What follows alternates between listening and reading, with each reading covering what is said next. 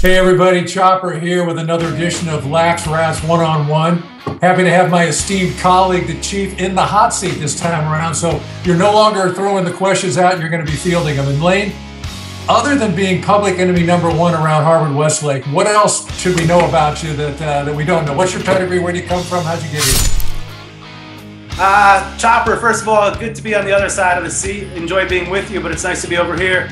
I played lacrosse at Rutgers University, was a goalie there, moved out to Southern California, coached at UCLA for a while, took over the PV program for the first year. It was CIF, and then coached at UCSB as well as Dominican, so I've been around.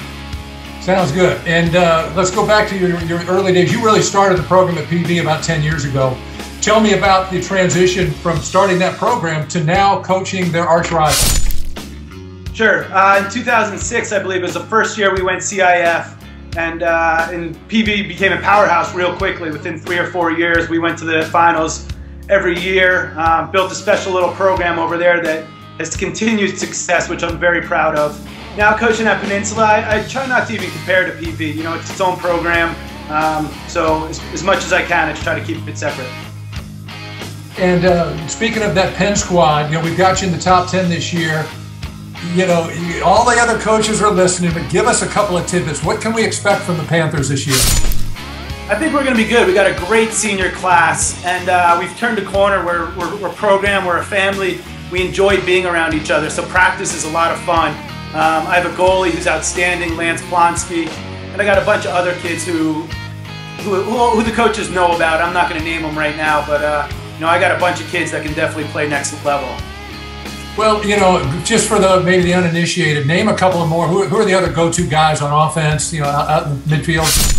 Sure. Colton Michelle and Kobe Sangle lead on attack. Those kids are pretty awesome. Colton's going to Colby College.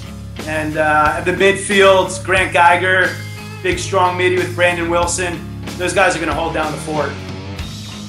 Let's take it away from just the local couple teams.